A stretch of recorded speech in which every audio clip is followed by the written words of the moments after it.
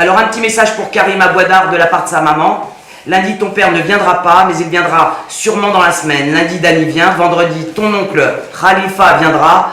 Ton frère, je ne sais pas quand. Gros bisous, maman. Moi, je t'embrasse, Cyril, très fort. Tiens bon. J'espère que la compagnie créole du QI est sympa avec toi. Tiens Béred, en créole, voilà, on disait pas molly. Tiens bon, reste d'accord. Tous les prisonniers de toutes les tôles qui reçoivent, il faut continuer à écouter cette radio.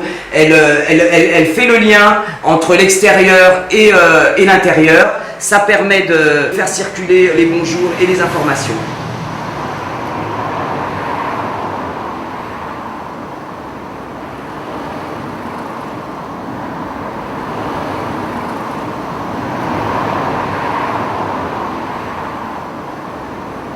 Elle dit toujours c'est là la maison de papa. Quand on va voir son père, elle reconnaît les murs et la tenue des surveillants. Il faut qu'ils apprennent à se connaître. Comme ça, quand il sortira, elle saura que c'est son père. Un petit gâteau pour Sarah. De l'eau. Moi, je veux boire de l'eau, moi. Ah bah oui, il fait chaud là. Celle-là, c'est à moi. Celle-là, c'est à Au début, on lui avait pas dit que son père il était puni, on lui avait fait croire qu'il travaillait en fait. Et c'est en rencontrant plusieurs pédopsychiatres qu'ils m'ont dit qu'il fallait que je lui dise la vérité, qu'elle était maintenant grande, qu'elle pouvait comprendre. Donc là, on a commencé à lui expliquer, on lui a dit la vérité, on lui a dit que son père il avait piqué un hélicoptère et qu'il était parti chercher son frère. Mais bon, je sais pas si elle a compris. Le 27 mai 2001, je revenais d'une brocante, je mets la télé, j'habite toute seule, je mets la télé sans le son, et en débarrassant mon caddie, je vois mon fils. Sur les toits, je reconnais Fresne. Et comme je suis pas sûr, j'appelle tout de suite ma fille, et je lui dis, mais la 2, et dis-moi si c'est ton frère. Elle me dit, oui, c'est lui. En fait, c'est mon plus jeune fils qui, au bout d'un moment, je comprends, qui est allé chercher son frère. Il a pris un hélicoptère, il a braqué l'hélicoptère avec 2 autres types, et ils se sont rendus à Fresne pour sauver son frère, qui avait pris 38 ans de prison.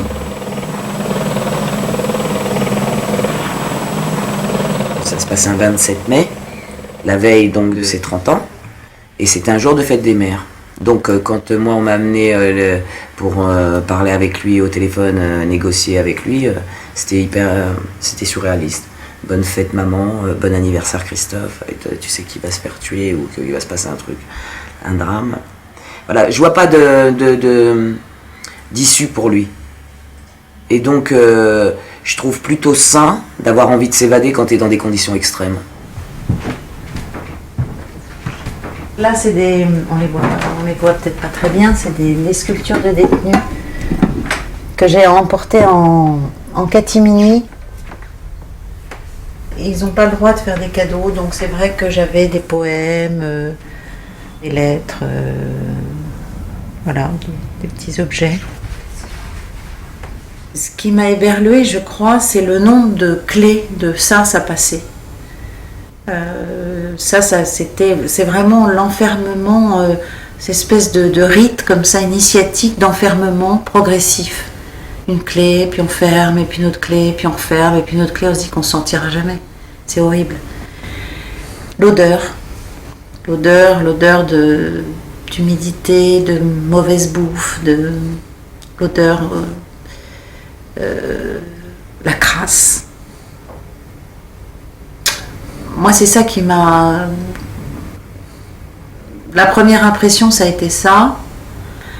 La deuxième très forte impression, et je me suis mis à écrire tout de suite, dès que je suis arrivée, c'est-à-dire le premier jour, comme si j'étais dans un monde, parce que c'était pas mon habitude de prendre des notes, c'était de prendre immédiatement des papiers et d'écrire, quoi, parce que j'étais complètement éberluée, quoi, et la première garde de nuit, ça a été très rock'n'roll, oui. Étant donné que j'étais toute seule la nuit, qu'avec des hommes, des surveillants et détenus. La nuit, il y a une espèce c'est extrêmement angoissant, la prison. Avec les rats qui détalent, avec... on ne sait pas... quand on ne connaît pas, on a le fantasme de l'extérieur. Moi, j'avais le fantasme des gens de l'extérieur, de tomber sur des gens extrêmement dangereux qui allaient m'attaquer. Donc il y a une appréhension. Et puis c'est vrai que cette appréhension, elle a disparu assez vite.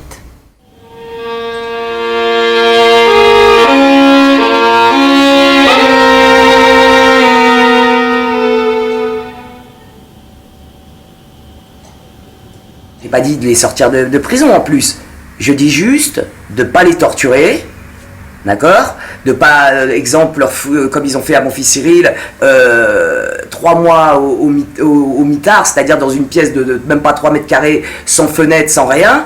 3 mois, avec des asticots dans la bouffe, avec 2 fois des empoisonnements, des coups à longueur de journée, de nuit, arriver à 15, sauter dessus, cagouler, t'écarter les jambes, des trucs bien immondes. Et alors Christophe, mon aîné, ils l'ont mis en plus sur 11 ans de prison, 4 ans d'isolement, dont 2 d'isolement phonique. Ça, c'est vraiment des pratiques barbares. C'est vraiment une volonté de briser les êtres.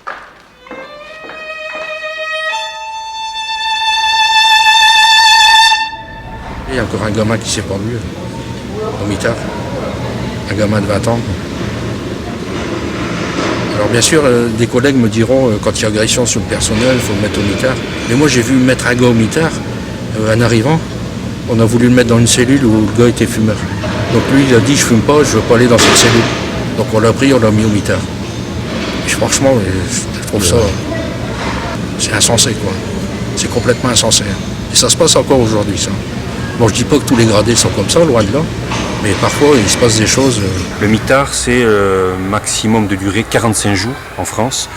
C'est le record d'Europe, c'est le pays le plus répressif dans lequel donc on peut laisser 45 jours une personne, j'allais dire, coupée du monde, coupée même de la détention normale. Et puis le chiffre qui est à rappeler, c'est qu'on se suicide 7 fois plus au mitard qu'en détention normale.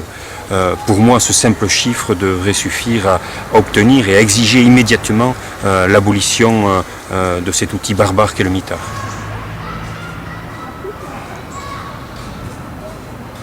J'étais membre de l'OIP pratiquement depuis sa création, en tant que prisonnier. J'ai effectué 17 ans de prison, 12 ans en maison d'arrêt et 5 ans en maison centrale sécuritaire. J'ai connu l'isolement durant 3 ans.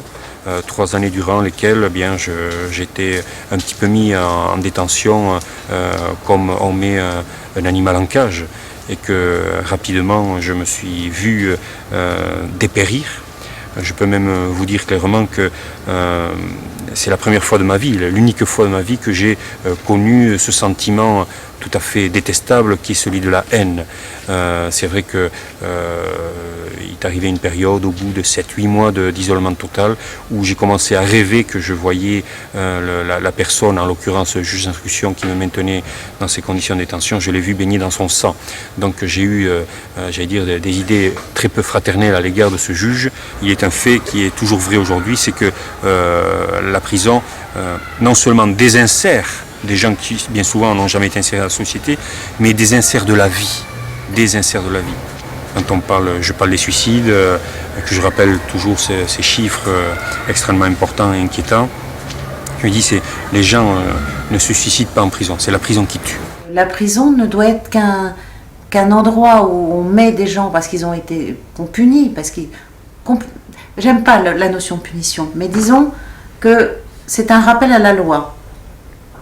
Vous avez enfreint la loi, on vous met en prison. Mais bon, c'est surtout d'écarter de la société des gens dangereux, c'est tout. Ça doit être que ça doit être une réponse pas banalisée, ça doit être simplement beaucoup moins d'individus qu'actuellement, c'est évident. Il faut privilégier les alternatives, il faut privilégier ce qui ne démolit pas l'individu. Or, c'est une réponse facile, la prison. Parce que l'opinion publique a l'impression qu'à partir du moment où le nombre de détenus augmente, les gens ils sont plus à l'abri chez eux. Mais c'est débile, il en sort autant qu'il en rentre. Et les gens qu'on a maltraités à l'intérieur vont à l'extérieur soit récidiver, soit être haineux, soit être détruit. Donc c'est pas une solution.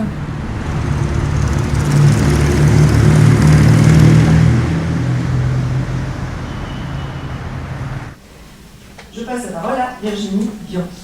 Je ne suis pas non plus là pour faire pleurer Margot, mais les prisons françaises, c'est dégueulasse. Il y a des violences morales, il y a des violences physiques, entre détenus, de détenus à surveillants, de surveillants à détenus. Et surtout, on est quand même dans le pays des droits de l'homme, et dans ce pays, on viole la loi. Les pouvoirs publics violent la loi.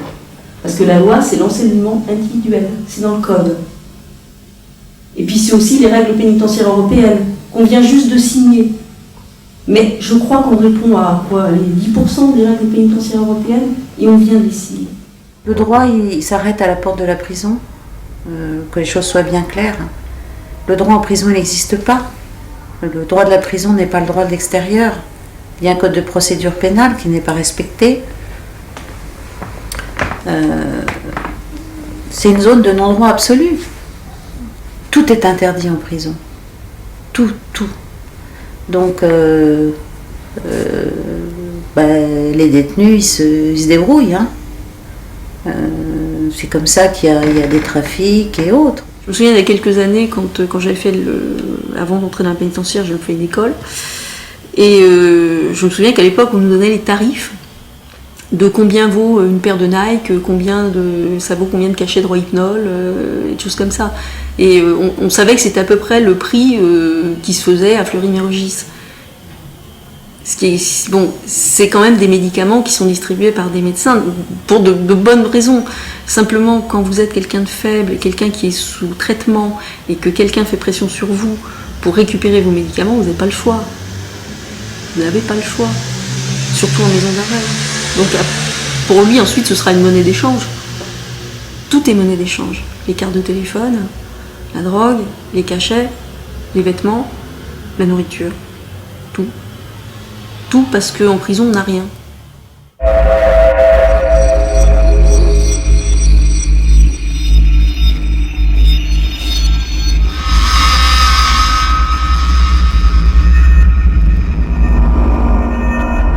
Ces gens qui dérangent, c'est-à-dire ceux qui ne sont pas normaux, que ce soit d'un point de vue social ou d'un point de vue psychique, de toute façon, ce qui est important, c'est leur mise à l'écart.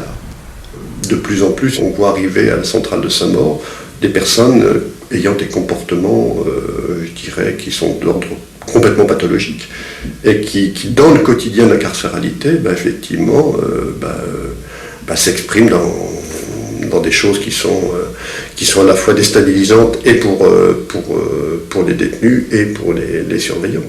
Des gars qui relèvent de la psychiatrie, justement, je disais, par rapport aux mitards, il y a des collègues qui disent qu'on n'a rien d'autre, on ne peut rien faire d'autre que de les mettre au mitard pour essayer de s'en débarrasser, quoi. Et franchement, on ne sait pas quoi en faire de ces cas-là. Et c'est ces cas-là qui posent problème dans les détentions souvent. Déjà entre détenus, et après entre le personnel et puis le... Ça se passe comment exactement? Quand il y a un problème, on prend le gars, on le met au mitard, mais je veux dire, ça règle rien, quoi. S'il est fou, il est fou. Hein. Il doit être dans un hôpital psychiatrique. Quel genre de problème cette couche d'application pénale peut créer en prison de façon concrète? C'est des gens qui ne savent pas s'exprimer sans violence. Donc dès qu'il y a un petit problème, pouf, ça. D'abord c'est verbal et après ça peut revenir aux mains, quoi.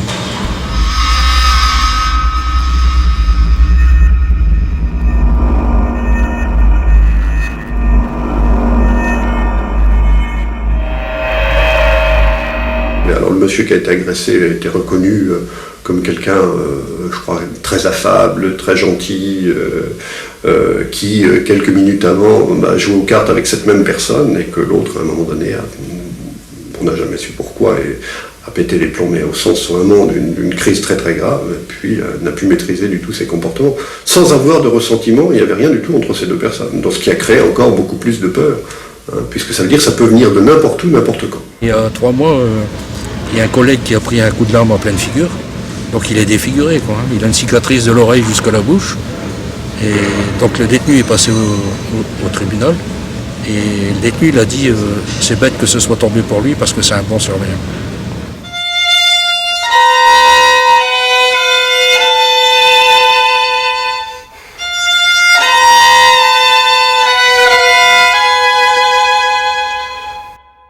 Alors moi j'ai une expérience particulière parce que c'est une expérience de maison centrale. Il y a uniquement des très longues peines, les contrôles de sécurité sont particulièrement importants, les fouilles sont particulièrement importantes, fouilles des personnes et fouilles des cellules, mais c'est aussi une ambiance très particulière. Entre des gens qui sont la population des surveillants qui ont finalement relativement, je dirais pas peur des détenus, mais qui sont dans cette espèce d'angoisse face à des gens qui n'ont rien à perdre, et les personnes incarcérées qui, elles, de leur côté, n'ont effectivement rien à perdre, on est nécessairement dans un rapport de force. Mais c'est vraiment un rapport de force qui est entre de détenu à détenu, de détenu à surveillant, de surveillant à détenu, de chef à surveillant, de chef à détenu. Tout le monde est dans une espèce de manipulation. Et je pense que c'est ce qui décrit le mieux le type de rapport, c'est-à-dire que tous les rapports sont faussés en prison. En 77, à l'ENAP à Fleury-Mérogis, on m'a dit de ne jamais s'excuser devant un détenu. Pourquoi ? Je me suis excusé plein de fois devant un détenu. Parfois on se trompe et puis moi je suis quelqu'un de poli, donc même devant un détenu je peux m'excuser. Voilà. Alors pourquoi on nous a appris des choses comme ça ? Rien que d'écouter un détenu, quand on écoute quelqu'un, mais véritablement l'écouter, quoi, hein, pas dire je l'écoute et puis j'entends rien à ce qu'il me dit. Mais rien que de faire ça, c'est pas dur. Hein. Rien que de faire ça, parfois ça calme.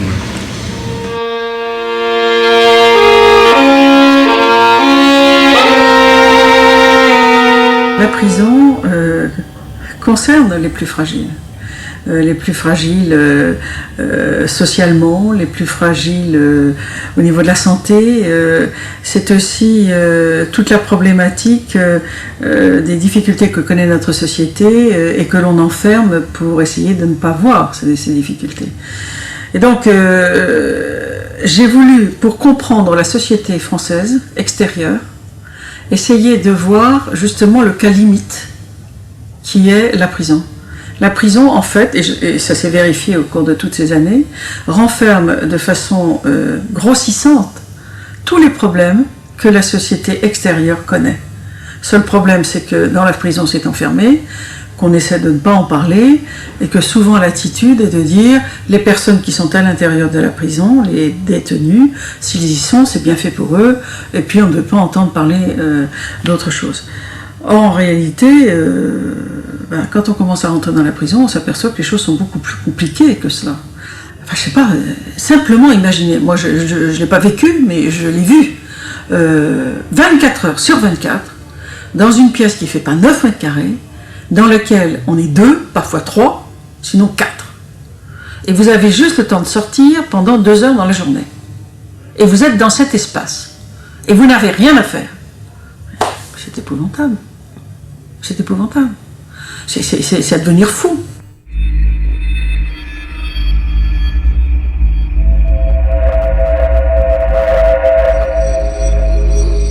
Beaucoup des violences ou des méfaits de la prison naissent de la promiscuité. Pas toutes les questions, mais beaucoup.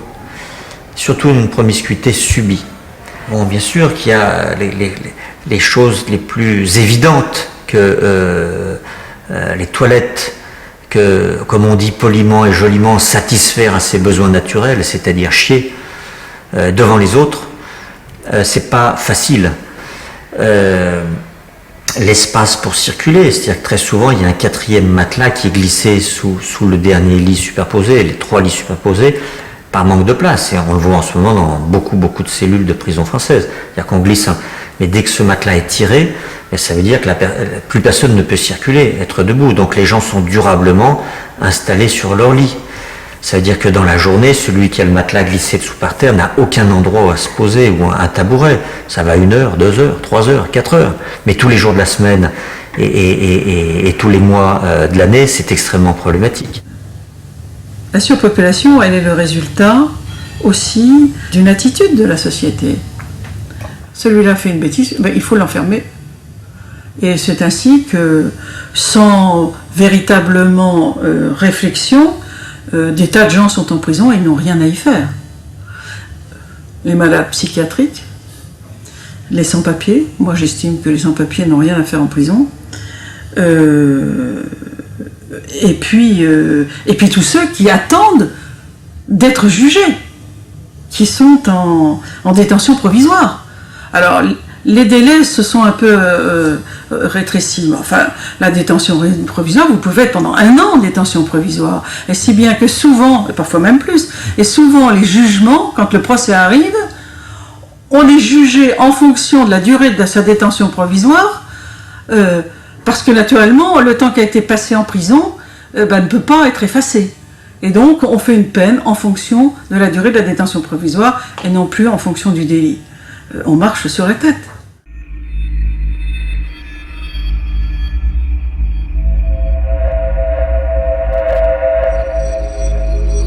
Il y a aujourd'hui dans les maisons d'arrêt beaucoup de prévenus qui cohabitent avec des personnes condamnées, y compris avec des condamnés de longue peine, parce que la gestion des longues peines, parce que là aussi on peut se référer au texte qui prévoit que les longues peines, une fois condamnées, eh bien, doivent aller dans des établissements pour peine, et on sait aujourd'hui que la gestion est telle à cause de la surpopulation que cela ne se fait pas, et vous pouvez avoir un petit, voleur de voiture qui cohabite en cellule avec un type qui est condamné pour meurtre à 20 ans de prison. Donc c'est ça aussi la cohabitation. Le Comité européen pour la prévention de la torture qualifie de traitement cruel, inhumain ou dégradant le fait, pas simplement qu'on vous arrache les ongles de pied ou qu'on vous enferme dans le noir pendant 90 jours ou à Guantanamo. Dans nos prisons françaises, on qualifie de traitement cruel, inhumain ou dégradant le fait de détenir durablement des gens à plusieurs dans une même cellule. Mais ce que je crois profondément par rapport à la surpopulation, c'est que l'enfermement n'est pas la réponse. L'enfermement n'est pas la réponse si elle n'a pas comme vocation d'aider à la réinsertion. Et enfermer pour enfermer ne répond à aucun problème. Si c'est pour que la personne qui est enfermée sorte plus violente et avec un esprit plus délinquant que quand elle est rentrée, la société a échoué. Dans les prisons françaises, il y a à peu près 10 000 détenus qui sont en surnombre, donc qui n'ont pas leur place, si je puis dire.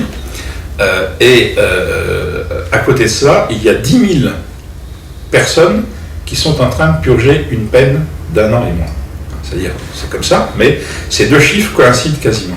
Ça veut dire que si on se donnait les moyens d'aménager généralement des reliquats de peine, des peines d'1 an et moins, la surpopulation en France serait réglée. Le juge d'application des peines a vraiment toutes sortes de possibilités d'aménagement de cette peine. Donc il ne s'agit pas de dire le tribunal a prononcé une peine de 3 mois, on s'en fiche, on ne l'applique pas, c'est pas du tout ça. C'est de dire, est-ce que pour la société, est-ce que pour sa sécurité, évidemment pour la personne concernée aussi, pour tout le monde, est-ce que c'est pas plus raisonnable de le faire sortir de la prison, qui est déjà surpeuplée, et d'aménager cette peine de telle sorte que les choses soient plus rentables en termes de réinsertion. Et quand on raisonne comme ça, on se rend compte que non seulement on résout, donc à terme, pas sur le long terme, mais la question de la surpopulation, mais aussi, et c'est ça qui déplaît le plus évidemment à la droite et peut-être à une partie de la gauche, c'est qu'on démontre comme ça qu'il est absolument inutile de construire des prisons. C'est-à-dire que le parc pénitentiaire, de construire, disons, d'augmenter le parc pénitentiaire. Il est bien sûr nécessaire de remplacer certaines prisons qui sont dans un état lamentable. Les politiques savent qu'à un moment ou à un autre, ils vont devoir se mettre en conformité. Il y a quelque chose qui devra. Ils ne régleront pas tous les problèmes. Peut-être que certains voudront construire, mais ils savent qu'on ne construira pas indéfiniment. Une cellule, c'est 100 000 €, une nouvelle cellule. Ça coûte extrêmement cher, et ça coûte très certainement plus cher que d'accompagner une personne judiciairement et socialement pour l'aider à s'en sortir. Et ça veut dire changer notre rapport à la sanction, à la peine. C'est imaginer qu'on puisse sanctionner une personne autrement qu'en l'enfermant entre 4 murs. Jusqu'à la Révolution française, la sanctionner, c'était lui couper un doigt, une oreille, la langue ou le cou. C'était la torturer, c'était lui faire subir des sévices physiques importants. À un moment donné, on a décidé que ça suffisait. On s'est contenté, entre guillemets, pourrait-on dire, d'enfermer. Et cet enfermement, d'abord, n'a cessé d'augmenter dans sa longueur. C'est-à-dire que ce qui était une longue peine il y a 30 ou 40 ou 50 ans est aujourd'hui une peine démesurée. C'est lié aussi peut-être à l'abolition de la peine de mort. Ça n'a plus de terme, ça n'a plus de fin et ça n'a plus de sens. L'appel a résonné bien au-delà des murs d'enceinte de la centrale. L'appel de 10 détenus de Clairvaux, condamnés à perpétuité pour des faits de grand banditisme, meurtre ou encore viol. Dans une pétition, ils réclament pour eux le rétablissement de la peine de mort pour mettre fin, disent-ils, à l'hypocrisie. À choisir un autre mort lente programmée, nous demandons à l'État français, chantre des droits de l'homme et des libertés, de rétablir instamment pour nous tous la peine de mort effective. Je connais la plupart de ceux qui ont signé. À partir du moment où on n'a rien à perdre, je crois que, hormis interpeller les gens en les forçant à réfléchir, il n'y a pas grand-chose à faire. Plusieurs d'entre eux ont des parcours pénitentiaires longs, mais longs, très longs, et ont pour certains très peu de perspectives de sortir. Donc c'est vrai qu'arrivé à un certain stade, la prison, ça devient ce qu'on appelle la guillotine sèche. Enfin, c'est vraiment cette espèce d'horreur dont on a l'impression qu'on ne sortira jamais. Et à juste titre d'ailleurs. Donc pour moi, ça n'a pas été une surprise, ça ne m'a pas choqué, je l'ai compris. Et je sais que plusieurs de ceux qui ont signé ce fameux appel ont été transférés peu après. Donc, bon, je veux dire, tout se paye en prison, y compris les prises de position un peu courageuses. Le jour où on a supprimé la peine de mort, c'est qu'on a donné, on s'est donné l'illusion, parce que c'est là aussi l'illusion, que cette personne reviendrait un jour dans la société. Est-ce qu'on s'est donné les moyens à ce qu'elle revienne dans la société? Je crois que c'est ça qu'on a oublié. Et pourtant, c'était la condition sine qua non pour accompagner la suppression de la peine de mort. Sinon, on en revient effectivement à ce qu'on a connu, des gens qui disent aujourd'hui, je préfère mourir. À partir du moment où effectivement on ne peut pas les détruire, les supprimer, les ôter définitivement de la société, ça veut dire qu'ils vont y revenir. S'ils y reviennent, je crois que c'est tout. Il faut les préparer à revenir. Il faut préparer cette société à recueillir ces gens-là. Donc ça veut dire qu'il y a tout un travail qui n'est pas fait, qui n'a pas été pensé autour effectivement de cette abolition.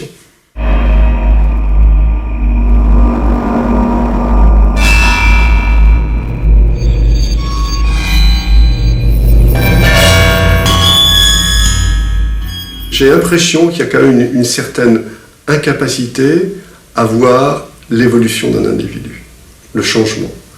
C'est-à-dire, comment des fois, moi je suis attristé, je veux dire attristé, des fois c'est même de la colère, quand je vois les gens revenir avec leurs réponses concernant une sortie conditionnelle, et quand je vois ce qui est argumenté.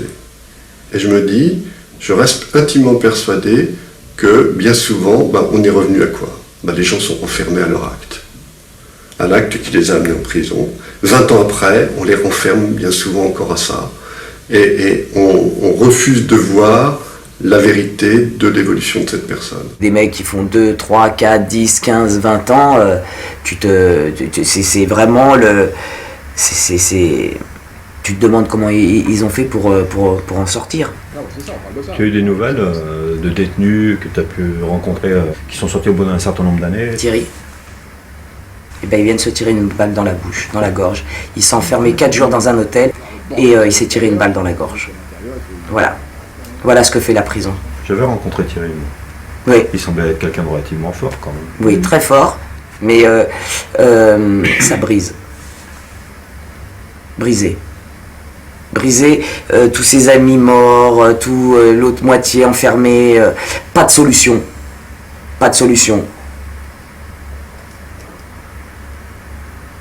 Tu vois, tout le monde ne fait pas le même choix, tu vois. Et lui, il l'a pas supporté. Depuis tout petit, élevé de ballotté de foyer en foyer, première prison pour mineurs, il a tout fait. Et il n'a pas supporté. À 50 ans, tu lâches un type comme ça. C'est un truc de malade. Non, je pensais à un monsieur qui me disait qu'il avait entendu parler plusieurs fois, et entre autres une fois une personne qu'il connaissait, qui 8 jours après sa sortie s'était suicidé. Et ce monsieur me disait, ça me paraissait inconcevable, j'attendais cette sortie de prison avec tellement de... Et puis il me dit, je suis sorti. Et 8 jours après, cette idée m'est venue dans la tête. De se suicider? Ouais. Donc ça veut bien dire que cette sortie, c'est pas anodin. Et je crois qu'effectivement, très honnêtement, je crois qu'aujourd'hui, dans notre société carcérale, enfin, dans notre société qui gère le carcéral, je crois que c'est quelque chose qui n'est pas du tout pensé.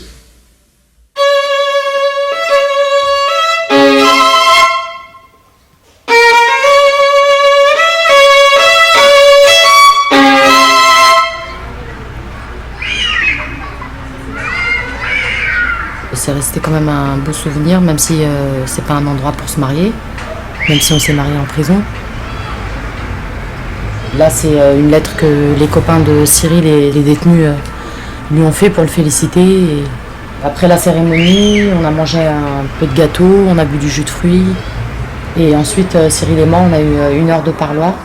Là, vous pouvez apercevoir Cédric, l'éducateur, qui s'est occupé de Cyril à Villepinte. Il lui a apporté une chemise pour qu'il puisse la mettre le jour de la cérémonie. Il a tout fait pour qu'il puisse se raser et tout ça avant de venir quand même.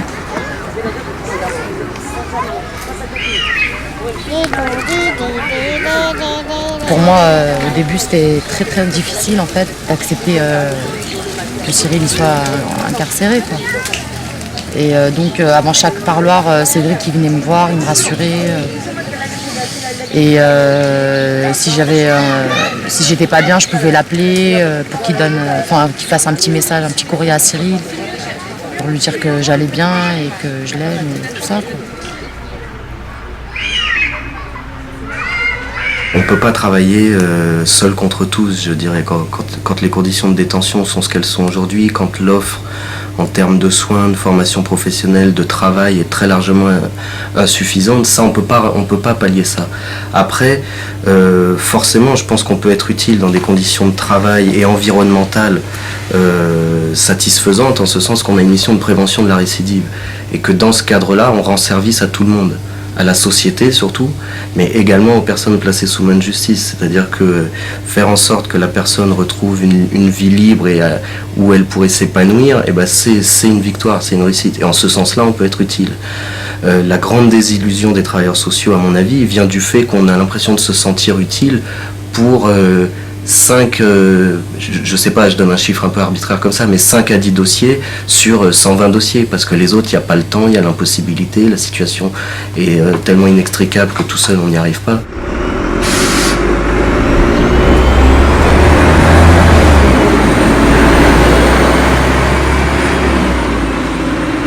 Je vois mon époux qui est détenu à la prison de Fresnes. Ça fait 30 ans que je le suis un petit peu dans toutes les prisons de France. Et il a une date de libération ? Une petite dizaine d'années, parce que maintenant les grâces ça a changé, il y a beaucoup de choses qui sont supprimées. Donc là, il n'a pas encore eu sa sortie définitive, mais on va compter une petite dizaine d'années, quoi. Ce qui sera dehors vers 63 ans, pour l'âge de la retraite. Et là, j'en suis au 3e déménagement, 3e changement de commerce pour le suivre, quoi, parce qu'en ce moment, il est sur Paris, et donc je suis dans la région parisienne. Moi, mon mari, si je ne vais pas le voir toutes les semaines, il est seul. Je veux dire, ils font tout pour... Et je me suis vue arriver à certaines prisons, on m'a dit, mais vous êtes encore là ? Mais bien sûr, je suis encore là. Moi, il est transféré, 8 jours après, je débarque, je demande un parloir. Donc, c'est sûr que... Mais bon, je reconnais qu'il faut énormément de moyens et aussi de force psychologique. Il faut déjà être bien dans sa tête et dire on se bat et pour quelque chose. Parce que sinon, la famille craque, les gens au fil des années abandonnent les détenus, et je comprends, je critique personne, mais c'est très dur, quoi. Financièrement et psychologiquement, quand vous avez des enfants, quand vous avez je vois une personne qui gagne le SMIC, elle ne peut pas faire les parloirs toutes les semaines, à moins de prendre un bus, mais s'il faut prendre des bateaux, des avions, vous payez des chambres d'hôtel. Parce que moi j'ai vu des prisons, comme il est à l'isolement, le parloir est à 8h du matin, donc ça veut dire quoi ? Ça veut dire vous prenez un avion ou un train, et vous prenez une chambre d'hôtel. Donc vous comptez minimum 200 €, vous comptez 60-70 € la chambre d'hôtel, plus les taxis, parce qu'il faut vous dire que les prisons ne sont pas dans le centre-ville. Je vois par exemple pour aller le voir à Bordeaux, ça me coûte 450 € pour le voir 1 heure.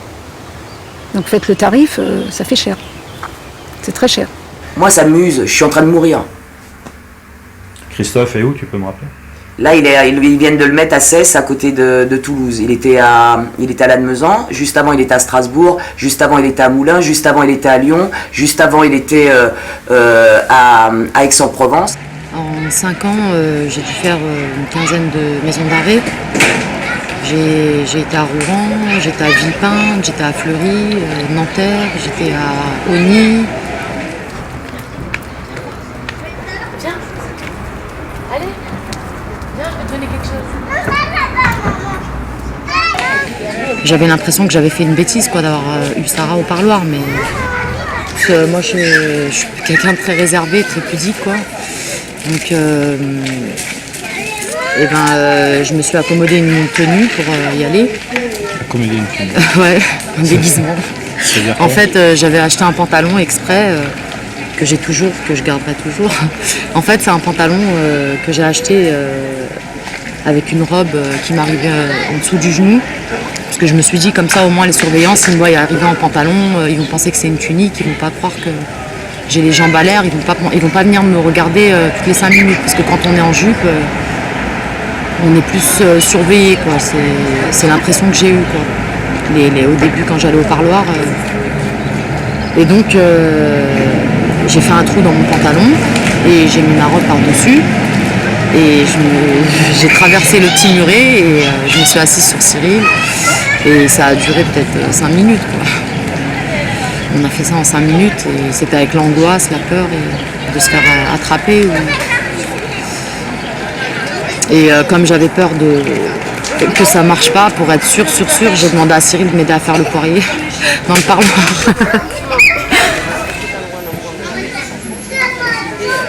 Donc on n'a plus de rapport mari et femme. Après, on s'habitue. On s'habitue vraiment ?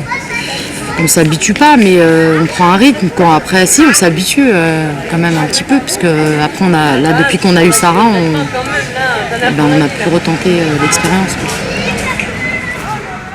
J'estime que le gars qui est condamné à 20 ans, il n'est pas condamné à pas avoir de relation avec sa femme. Les gars, ils seraient déjà plus décontractés, il y aurait moins de pression, parce que l'été dans les prisons, c'est une cocotte minute. C'est la cocotte minute. Je vois mon mari, il était à Châteauroux. Faut vous dire qu'à Châteauroux, il y a une vingtaine de gamins qui naissent tous les ans. Alors ils font des espèces de barricades en contreplaqué. Et tout juste, il ne faut pas donner 500 balles aux surveillants pour pas qu'ils passent dans l'allée, pour pas qu'ils vous voient.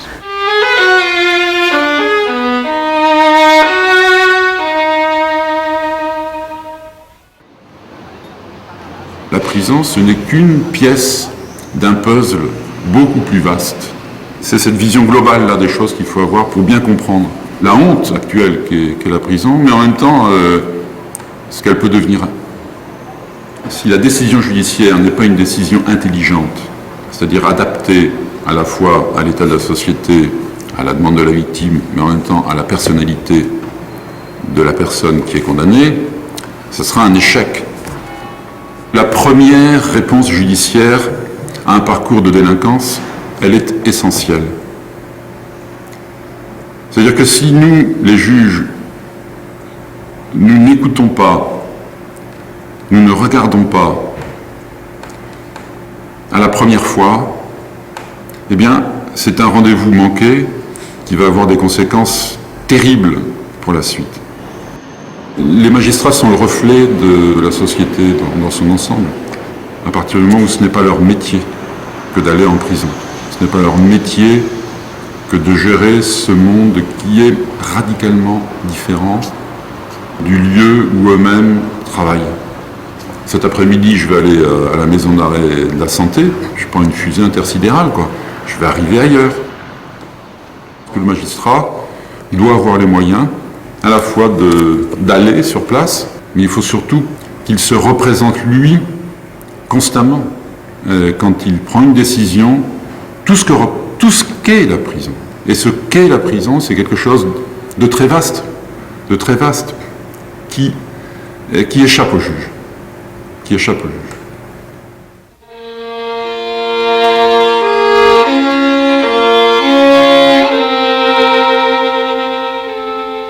Mon fils, avec un de ses frères et 2 copains, ils s'étaient partis à Épinay, dans un coin tout calme et s'amusaient à tirer avec des petits pétards qui tiraient des petites billes de 3 mm de diamètre, oui. Ils s'amusaient à tirer sur des canettes vides. Et bon, les flics sont arrivés, et puis, bon, interpellation, paraît-il, assez musclée. Selon mon fils David, c'était du à genoux par terre et tête par terre et pied sur la tête et tout.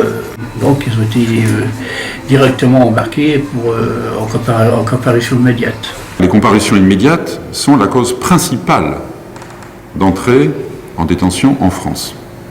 Les comparutions immédiates, c'est la plupart du temps une délinquance de rue, parce qu'on a une délinquance de voie publique. C'est là qu'on trouve le point de départ de la prison. Cette justice d'abattage, cette justice expéditive qui envoie à allure rapide les gens en prison, c'est ça. Enfin, c'est cette sorte de machine terrible qu'on appelle, en s'en glorifiant, le traitement en temps réel.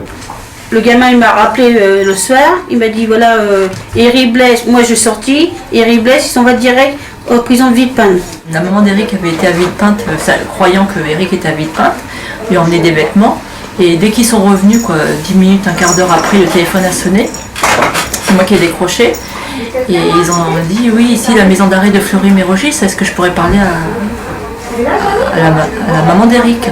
Je lui ai passé, ne sachant pas... Il m'a passé, il m'a dit voilà, je viens vous dire que votre fils est décédé, et j'ai mal compris qu'il avait dit, je vais faire répéter, et il a dit votre fils est décédé ce matin à 7h, on l'a trouvé dans son lit. De ce qu'ils nous ont dit, surtout, c'était qu'ils l'ont trouvé dans sa cellule le matin, en lui portant son petit déjeuner, il était mort, c'est tout.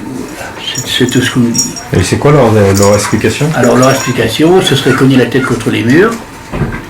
De façon volontaire? Bah oui. Et il serait mort d'un œdème cérébral. Entre le moment où il a été arrêté et le moment où vous avez pris la nouvelle, il y a eu combien de jours? Une journée. Une journée? Ah non, qu'il a été arrêté, non, il a été arrêté quand il a été arrêté le 13. Non, il était le 9, 10, 11, 12, 5 jours. Donc on est rentré, c'était dans une grande salle, il était sur un... Comment on peut expliquer? Sur un brancard et sur des tréteaux. Et là, c'était le choc. Carrément, le visage, j'ai pas reconnu. J'avoue qu'au tout début, j'ai pas reconnu Eric, quoi. C'est quand je me suis penchée sur lui, je suis restée 2 secondes, je suis ressortie. Il a dit à sa femme, passe-moi le téléphone, je prends photo, je peux pas laisser ça comme ça, il faut des preuves.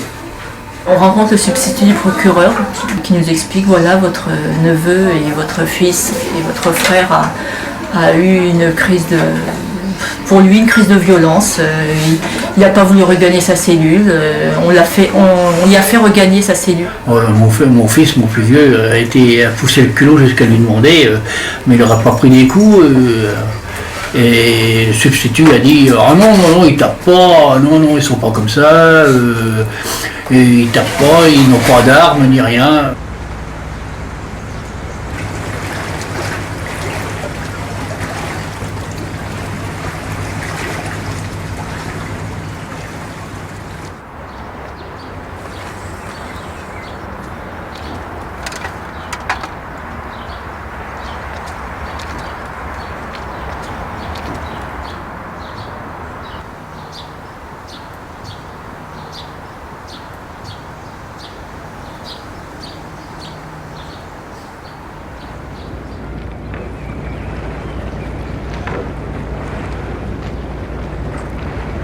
Quand il y a un problème, on veut étouffer tout, on ne veut pas en entendre parler.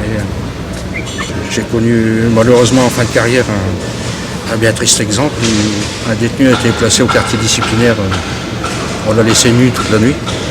Donc le lendemain, j'ai fait remarquer à la directrice adjointe que c'était pas réglementaire. Et ce qui fait qu'une partie infime de leur hiérarchie m'a cherché des ennuis, quoi. Donc à un tel point qu'à un moment, je l'ai insulté. Et que la directrice adjointe a demandé un blâme. Donc avec mon syndicat, nous avons fait un courrier au garde des Sceaux pour dénoncer ce qui s'était passé. Donc à l'époque c'était M. Perben qui était garde des Sceaux. On n'a jamais répondu au courrier et l'affaire a été classée. Et je veux dire, je trouve ça franchement lamentable, quoi. Le détenu a supplié toute la nuit qu'on lui rende ses vêtements parce qu'il avait froid. Je crois que ça a été le moment dans ma carrière où j'ai le plus eu honte.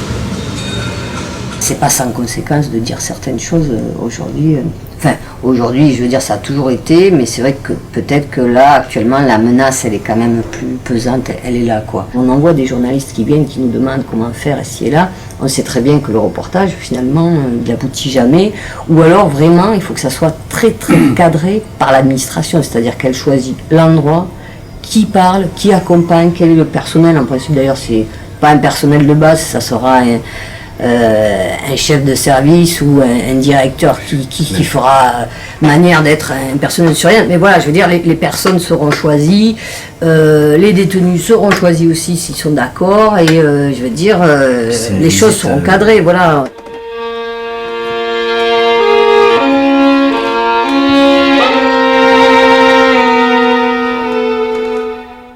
Alors pourquoi le livre a fait un grand scandale? Personne n'imaginait le retentissement que ça allait avoir. La réponse de l'administration a été est incompréhensible pour moi, et même 6 ans après, je ne comprends toujours pas. Ils ont décidé d'une opération porte ouverte à la presse pour dire que j'avais menti. Et je crois que c'est ça qui a mis le feu aux poudres, parce que les journalistes sont arrivés en très très très grand nombre. Et ils ont essayé de les canaliser avec des surveillants donc, qui étaient en civil à l'intérieur du groupe de journalistes et qui disaient que je racontais des conneries, que j'étais une folle. Et finalement, les journalistes étaient trop nombreux pour être canalisés et se sont un peu répandus partout dans la prison. Et voilà, et donc les reportages ont été très très éloquents.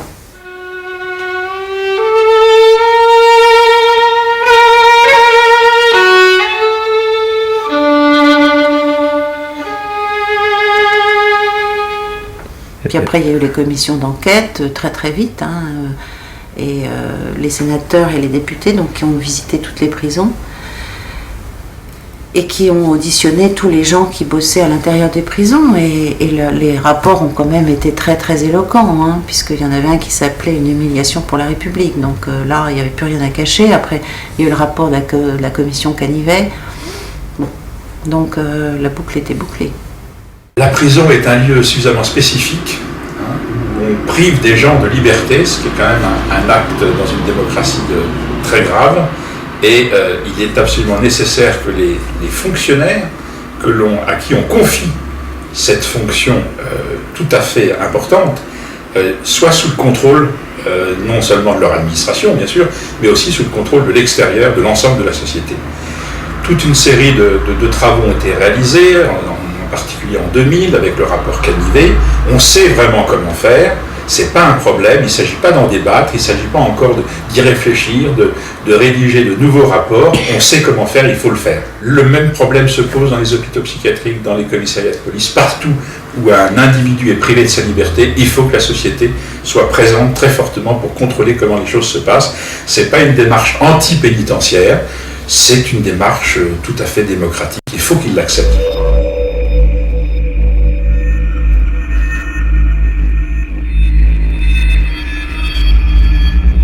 La priorité qui est peut-être encore plus difficile en France, compte tenu des résistances des uns et des autres, non pas du tout pour des raisons théoriques ou pratiques, c'est, et moi j'y tiens beaucoup, c'est la participation des détenus à l'organisation de la détention.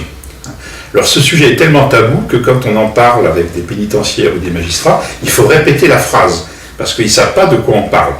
Je dis bien participation des détenus à l'organisation de la détention. Bon. Alors on nous répond caïda. Effectivement, le caïda peut exister en prison, mais cette participation légale des détenus à l'organisation de la détention, dans une démocratie, je ne connais pas d'autre solution pour lutter contre le caïda, pour lutter contre la violence en prison, pour lutter contre toutes les formes d'illégalisme. Ce qui est important aussi, c'est de savoir que ça n'est pas une utopie, puisque ça existe dans quantité de pays européens. Eh bien si le rôle de la prison, je dis bien si, c'est la réinsertion dans la société, donc dans une démocratie, ça commence par là. C'est-à-dire qu'il faut apprendre à ceux qui ne le savent pas comment fonctionne une démocratie. C'est-à-dire qu'on ne se casse pas la gueule, on ne se tape pas dessus, on essaie de débattre, on essaie de désigner des représentants qui vont négocier avec la direction, etc. C'est ça, ça s'appelle la démocratie. Eh bien si la prison a un sens, il faut qu'elle soit non plus école du crime, comme elle l'est certainement en partie, mais école de citoyenneté.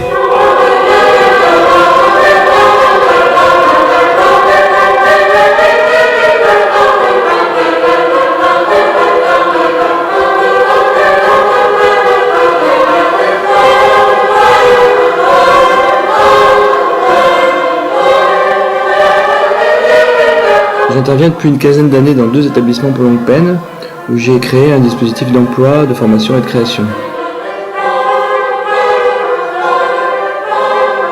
C'est un travail qui est organisé autour des métiers du son, avec des débouchés plus créatifs sur la radio, sur la création musicale, sur la sonorisation, sur l'acoustique, etc.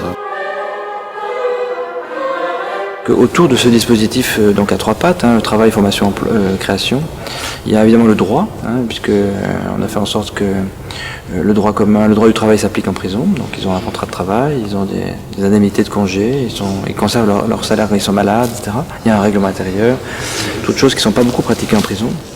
L'emprisonnement dit qu'ils sont interdits de mobilité géographique.